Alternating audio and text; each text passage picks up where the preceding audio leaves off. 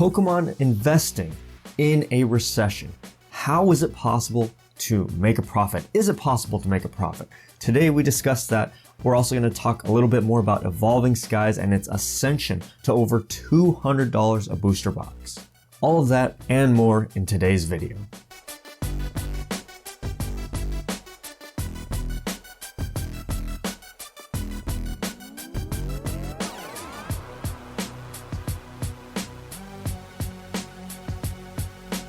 I'm KAKASHI with Kanto Capital, where we discuss my Pokemon collecting and investing journey. And of course, I always appreciate it if you comment, like, subscribe, hit the thank you button, all that stuff that YouTube really likes. Greatly appreciated. All right, so we have a lot to discuss today. We're going to be talking about Pokemon investing in a recession. We're going to talk a little bit about Evolving Skies, but really quickly, I'm going to address some questions and comments that I'd received in my last couple of videos. I had mentioned recently that I had received some really great comments and questions, and so I'm just going to quickly address some of them for you.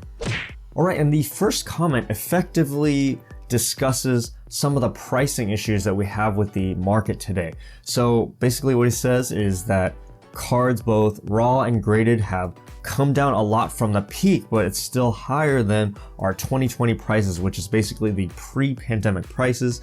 Sealed prices are still up quite a bit, at least compared again to pre-pandemic prices. And so even though these items are classified as cheap, the question is, are they really cheap, or is that just cheap relative to the highs that we're seeing in 2020 and 2021 with the Logan Paul excitement? And just like this commenter says, this is very much up for debate. Now, I'm going to use my personal opinion here rather than analysis, which some of you longtime subscribers on the channel is probably used to me doing more of an in-depth or actual technical breakdown. So again, this is just my personal opinion. Take it with a grain of salt. But what I will say is that what we saw in the hobby in early 2020, pre-pandemic and before, is a completely different fundamental hobby than what we had in 2022. Obviously, we had a flood of speculators, investors, new collectors, or returning collectors from childhood coming back into the hobby, and the hobby is quite frankly just much larger than it was in 2020, or let's say 2019 and prior. It's a massively different hobby. And so I think it is to expect the prices to go back to those levels at that point in time. Now, is it possible that it does that? It is absolutely possible. From a technical breakdown, it is 100% in play, and I think it's not surprising if it does that. But would I put my money on hoping that the prices go back to pre-pandemic levels? I personally wouldn't be looking for that scenario to happen, but it is entirely possible from a technical standpoint. But again, we'll just have to see. In my personal opinion, I don't think it's going to reach to those levels, but we'll just have to wait and see what happens. I could be completely wrong, but time will tell. Next question or comment discusses a little bit about modern sets and trajectory. I'm going to go ahead and skip over that just because it's a little bit too difficult to address. I could do an entire video on that and it would take a very long time, which unfortunately I don't really have time to make videos on that anymore. But as far as Japanese versus English, and Japanese cards being 100% much easier to grade and getting PSA 10s or high grades versus English cards, do I think Japanese is a better investment versus English? Now, as far as that's concerned, it just depends. It depends on what your strategy is. It depends on what your income level is, what your timeline is. Are you looking to grade and flip cards? Are you looking at raw and ungraded cards? Or what timeline are you looking at? What type of cards? Because some cards will perform better in a raw form versus a graded form, or vice versa, English versus Japanese. And so just because a card grades better doesn't necessarily make it a better investment, or vice versa. And so it really just depends a lot on the particular cards that you're looking at. Just a simple example, if we look at the Scream promos, you could have bought raw cards. I have plenty of raw cards of those that are performed exceptionally well, whether they're graded or not. And obviously I do think some of my cards are legitimate PSA 10 contenders. And so it just depends entirely on what cards we're looking at, and there's not really much more to say than that. Next question or comment, which I thought was really interesting, was talking about the first edition base set Charizard being, a particular PSA 7 pointed out, being around $7,000. I didn't confirm the pricing on this, but I'll just assume it to be fairly accurate. Now, basically the commenter says $7,000 seems like a pretty good value. It's a Grail card, and he or she just doesn't really expect it to fall significantly from there. Or let's say if it goes to $4,000, then they would lose faith in that card as a Grail. And basically, I don't think that that is a realistic scenario for it to drop from 7,000 to 4,000. And what I will say with that is, it's very debatable about whether 7,000 is a fair price for first edition PSA 7 Charizard.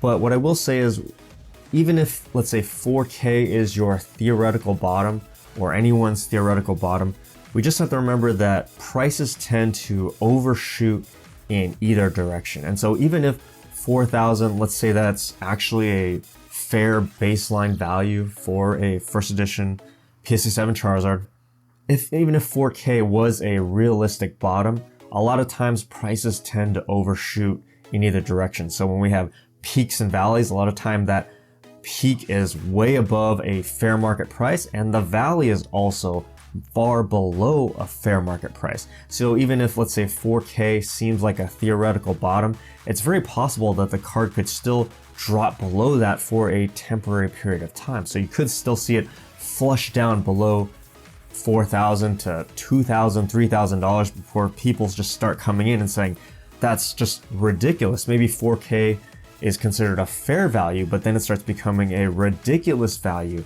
at $3,000 and $2,000. And so whatever your baseline price is where you think it's a really good value, just remember that just because we say that, and maybe that could be accurate, it could still shoot below that, and it's very realistic, and that scenario happens all the time. And that's a lot of times where I pick up some of my best deals, is where I have a market value that I think is fair, and it flushes well below that, and that tends to be sometimes very close to the bottom. And of course, can never predict an exact bottom, but sometimes you just get a little bit lucky.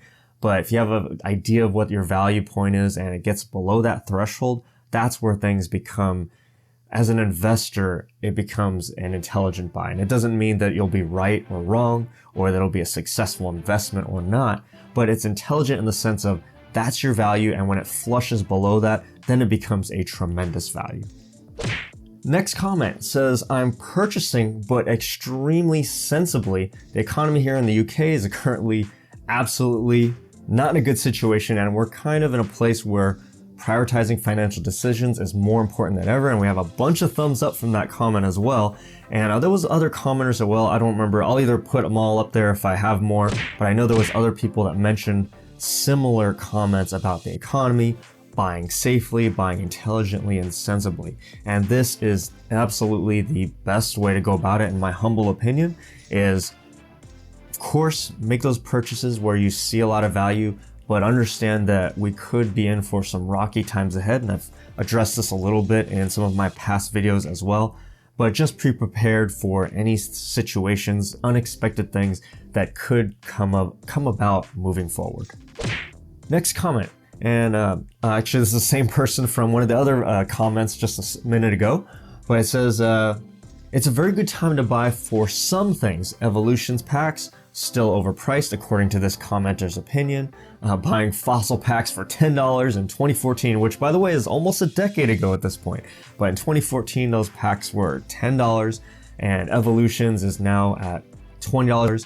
The question is it overvalued? It's a great time to buy singles that dropped. Again, according to the commenter, sealed seems to not have dropped much for a lot of the good items, etc., etc. But there seems to be a little bit of a emphasis on Evolutions and maybe some other modern products being particularly overpriced. And all we have to remember is that it all depends on perspective. And if you're thinking about this from a collector mindset, obviously Evolutions is very controversial. We have a lot of the more seasoned collectors. For example, if you've been buying since 2014, I noticed that a lot of the collectors that have been around for an extended period of time during that time frame, they're not a huge fan of Evolutions, because you probably have plenty of base set, you probably have plenty of vintage cards from the 2014 era and before that. But if someone's newer, if they weren't able to come in, and maybe Evolutions at $3 and $4 a booster pack is a much better value for them. And so we have to remember that it depends on the context of whether we're looking as a collector. If you're an investor, and we just see, me, I have a little bit more of an investor mindset, and I would just say, well, regardless of what I think of Evolutions, the bottom line is a lot of people really loved Evolutions because it was able to bring that back to that base set era in the 90s and early 2000s that maybe weren't here when fossil packs were $10. And so for those people that missed that opportunity, Evolutions might be their base set, or their base set 2.0, which is effectively what it is. And so for a lot of people, Evolutions is a very important set to them. And so the question is, what perspective are we looking at? Are we looking at this as purely as a long-time collector? Are we looking at this purely as an investor, or some blend in between?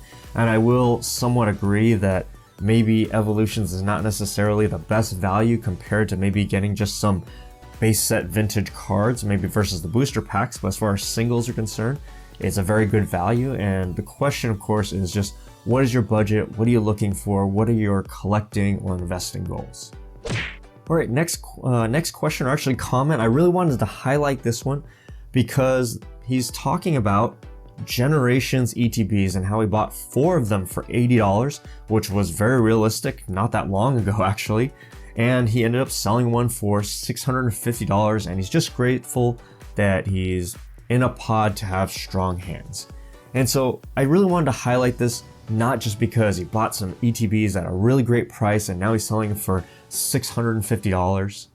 But what's important about this is a timeline. This is an example of a longevity in the hobby, of being confident or just throwing something in the closet and just waiting for things to stew a little bit, wait for things to appreciate, wait for supply to diminish a little bit, and for the hobby to evolve and for things to change over time.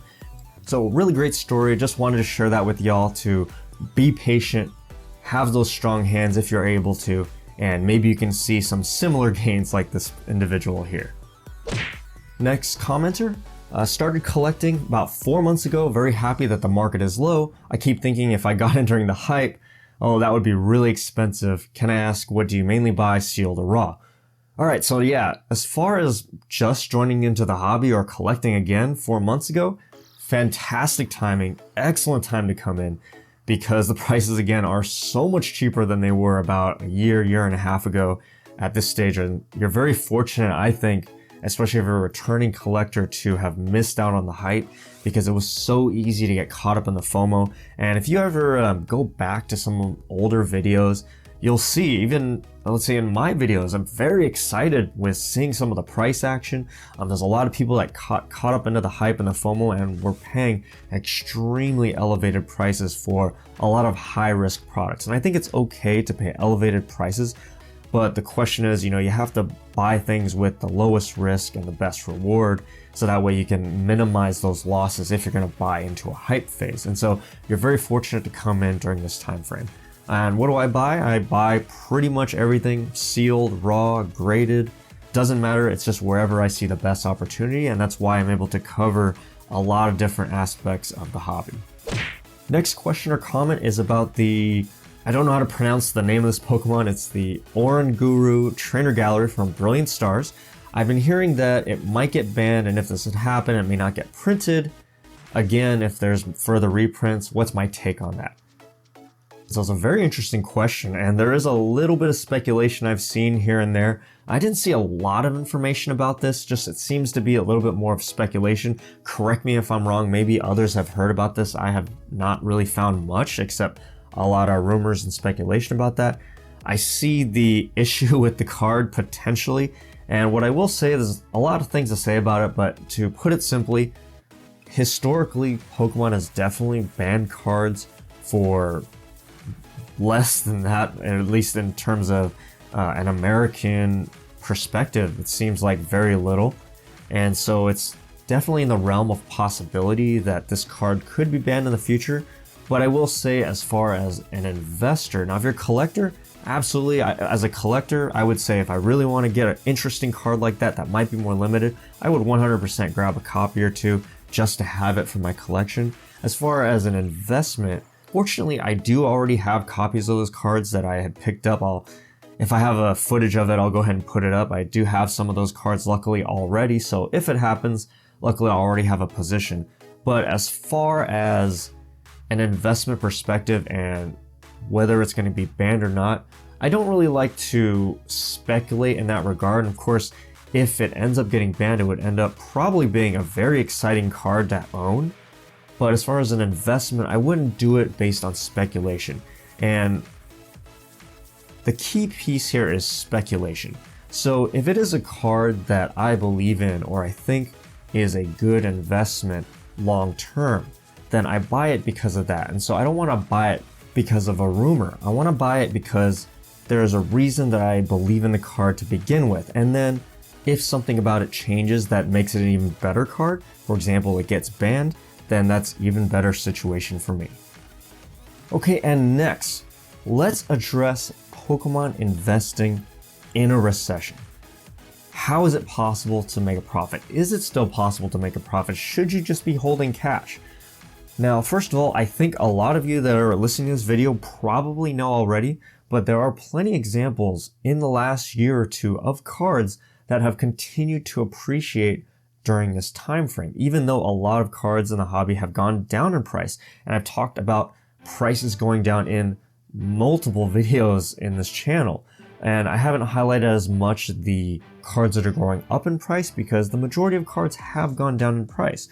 However, there is a lot of cards that have a long-term upwards trajectory over the last couple of years, even though we're in a Pokemon bear market.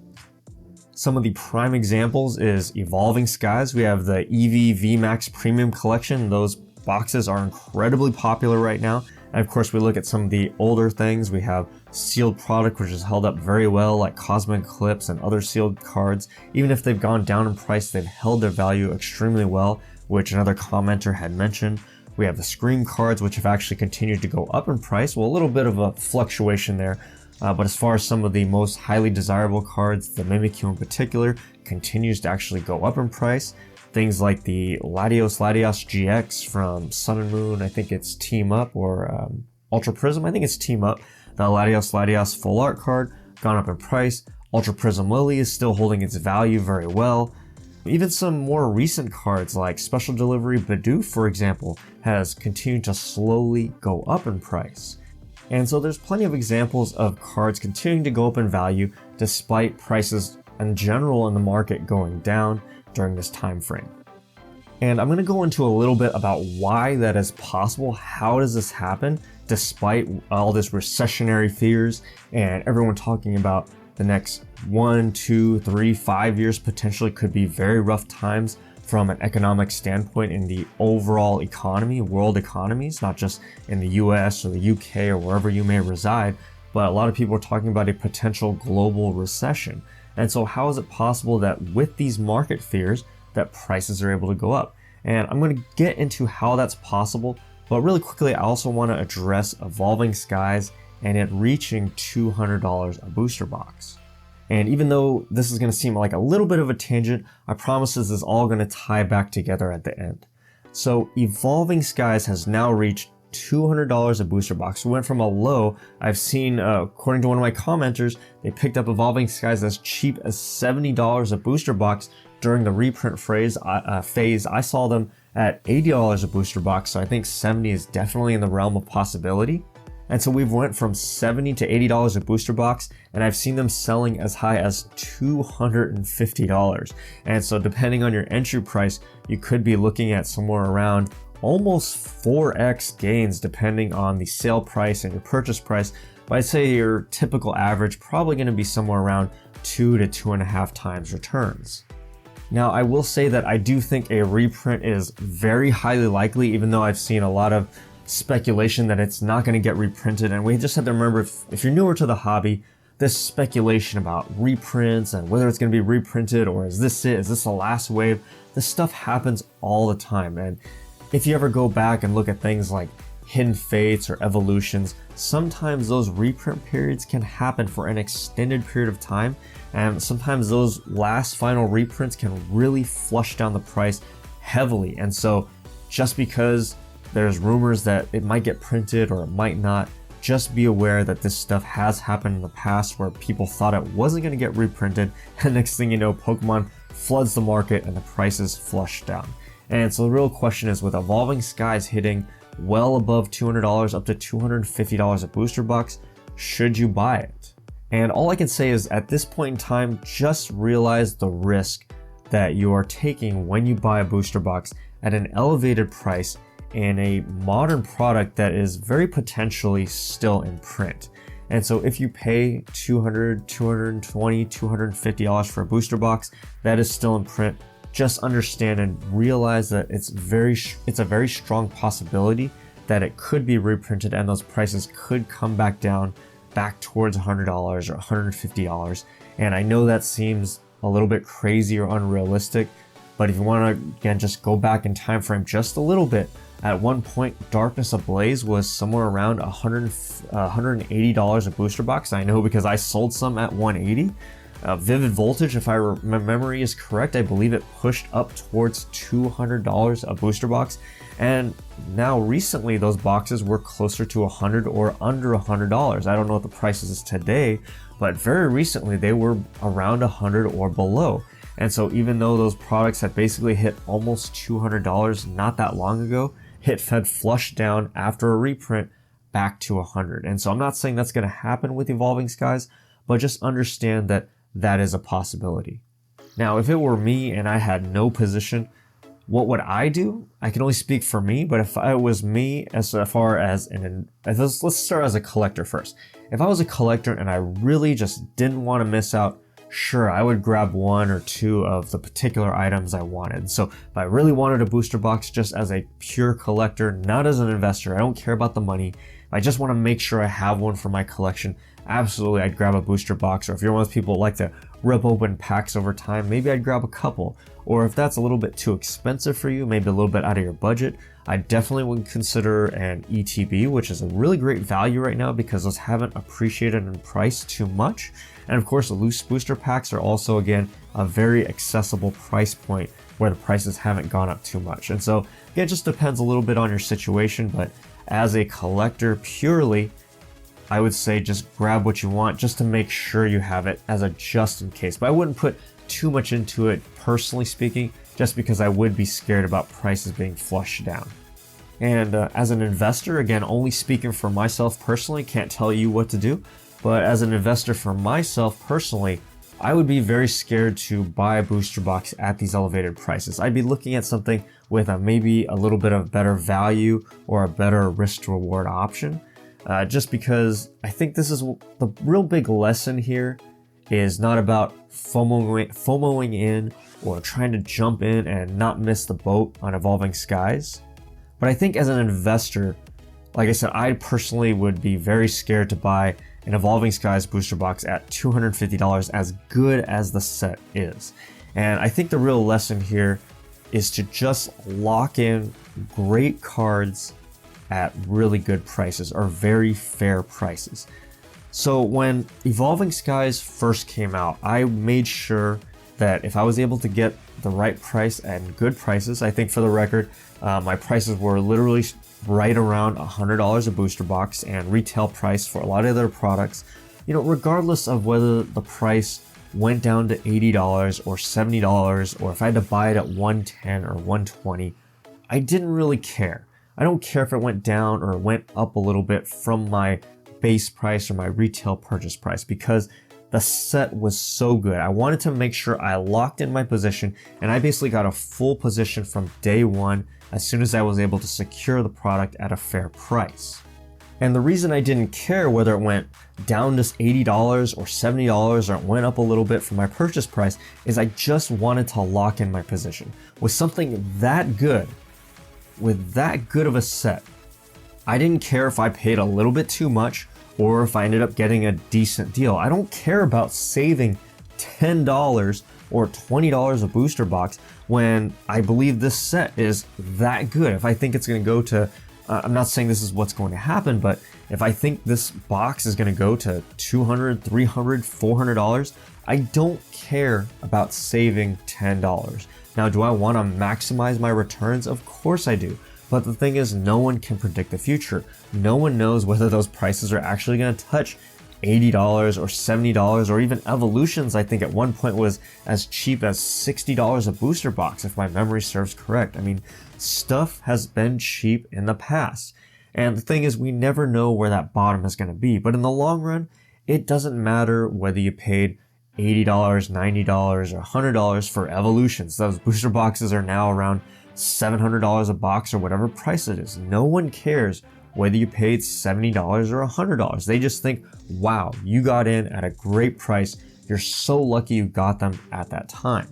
And that's the way I viewed Evolving Skies. And so if you missed out and you're more concerned about losing money and you don't want to buy something for $250 and then it goes back down to $100, I completely understand. And I think the most important thing about this is just use it as a lesson, use it as an opportunity for the next time, because there's always going to be another set. There's always going to be something really amazing that comes out eventually. And so use that as a lesson to hopefully not miss out on the next one whenever that opportunity comes. All right, so back to this whole recession thing and Pokemon still going up in price, or some items going up in price, some going down 80, 90, 95% in price. So what is up with this? How is this possible? How does this happen? What do we do if you're worried about your value as a collector and investor, or trying to get the most value for your money if you're just a pure collector? So here's the thing, how is this possible? So first of all, people talk a lot about the economy and the markets being weak, and maybe people are going to have to sell things off. And I think that is definitely a possibility. And yes, Pokemon, in terms of prices, they are correlated. All collectibles are going to be somewhat correlated to the economy and overall financial markets. That's just always going to be true, not because they are connected, but because of the effects it has on people's wallets. But what's really important about what I just said there is that Pokemon and collectibles and whatever, yes, they are correlated, but they are not fundamentally moving in price for the same reasons. The fundamentals are completely different, and that is why products like Evolving Skies can go up in price. That's why the Scream Mimikyu cards can go up in price. That's why Cosmic Eclipse can hold its value while the stock market and crypto and other financial markets and other Pokemon cards continue to drop in value.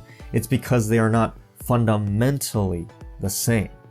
The bottom line, and the simple way to say this, is that people don't like their cards less just because the stock market has gone down in price.